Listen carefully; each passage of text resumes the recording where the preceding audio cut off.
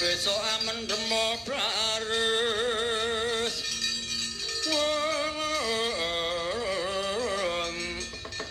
bares kang prayitno yo saronto wong ing Gorowati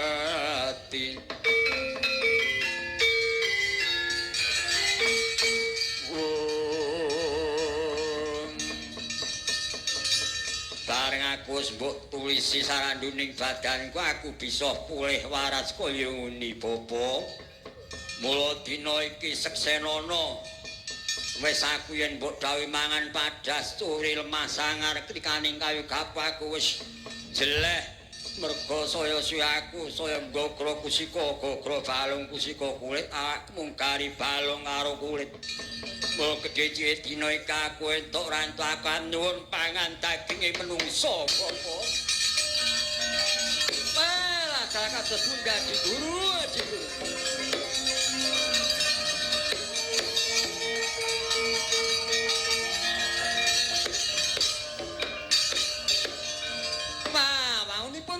kang putra pun Bathara Kala menika Adi Guru.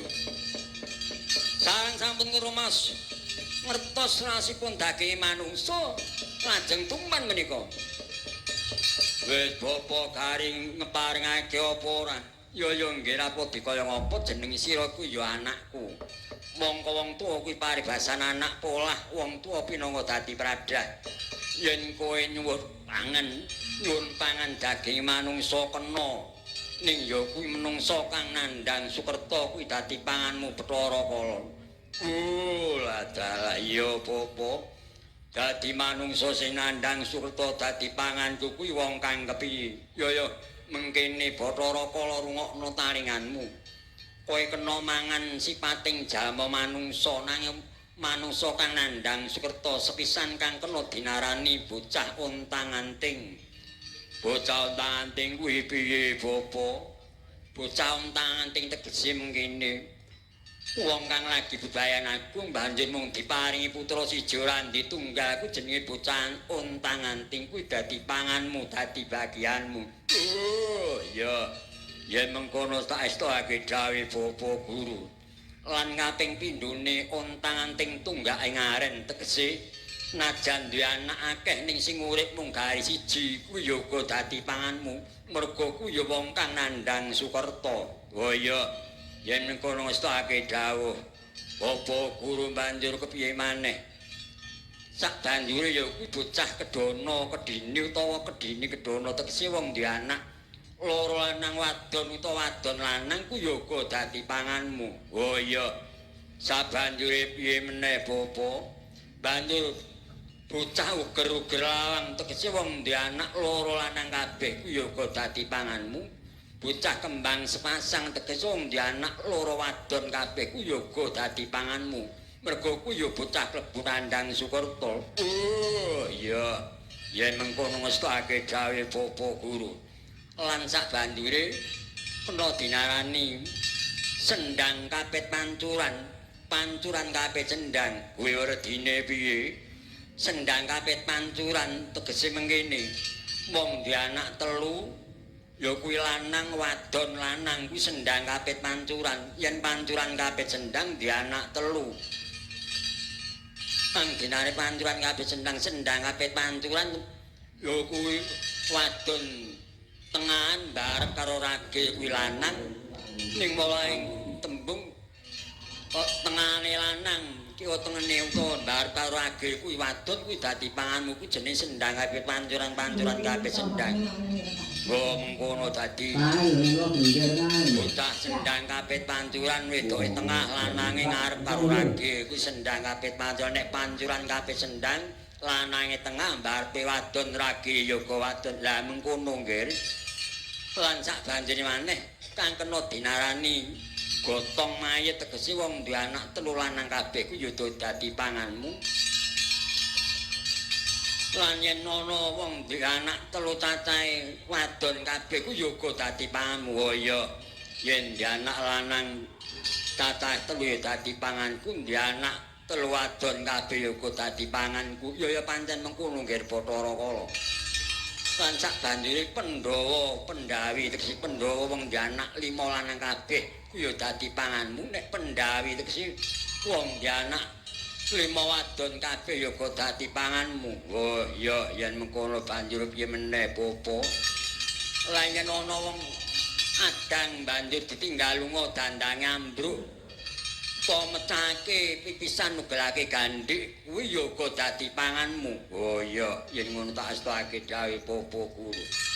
Lan ana maneh yen ana wong duwe gawe ndalal ing desane kono. Ana wong wadon langkang lagi babaran kuwi ya kok bocah Sukerta dadi panganmu. Oh iya. Yen mengkono panganku calon kae banget ya apa ya.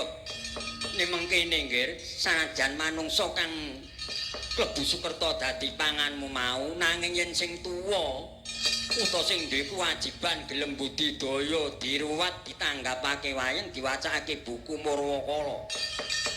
Ing kono wis ilang mala Sukertane kuwi wis ora kena ganggu gawe sabab cara-carane tanduran wis dipageri. Cara-carane wong lara wis digolekake tamba. Oh, lah daya. Yen ngono aku mung perlu goleki manungsa sing nandhang Sukerta sing sok demen nyepelekake ora gelem ngruwat tetep dadi panganku. Ya mengkono nggih. Lan kowe mangan ora kena mbok pangan kanthi urip-uripan kudu mbok sembelih luwih dhisik.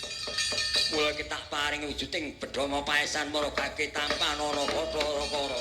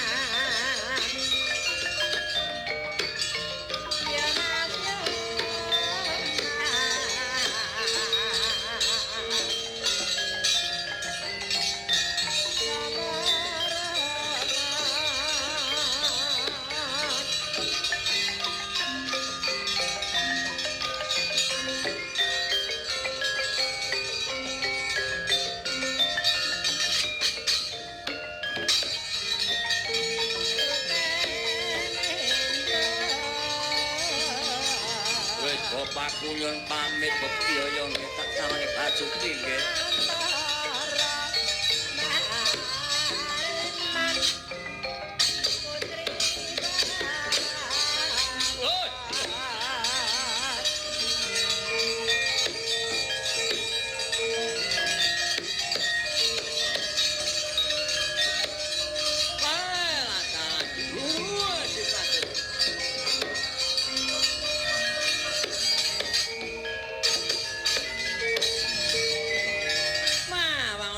Diguru anggenipun paring memangsan kayan Bathara Kala wau estunipun kekathan Adiguru. Liripun kados pundi Kakang Haratabi?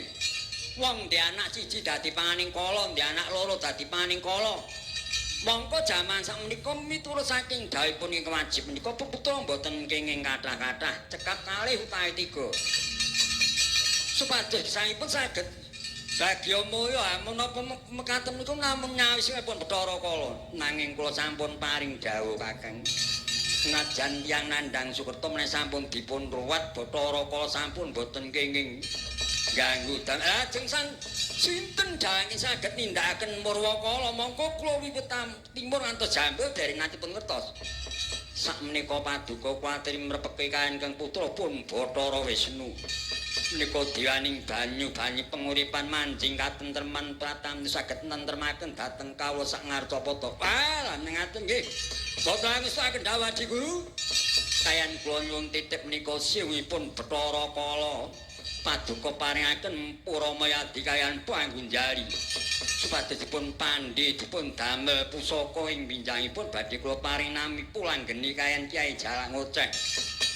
Menawi wonten perang ageng sinebat perang Bratayuda ingkang gadhuh pusaka menika sampeyan ngudu utawi narungaken singipun Bathara Kala Kyai. Menawi ngaten nuwun pamit pusaka badhe kula tampi. Monggo kula aturaken. Lekan golek kawula ngaten.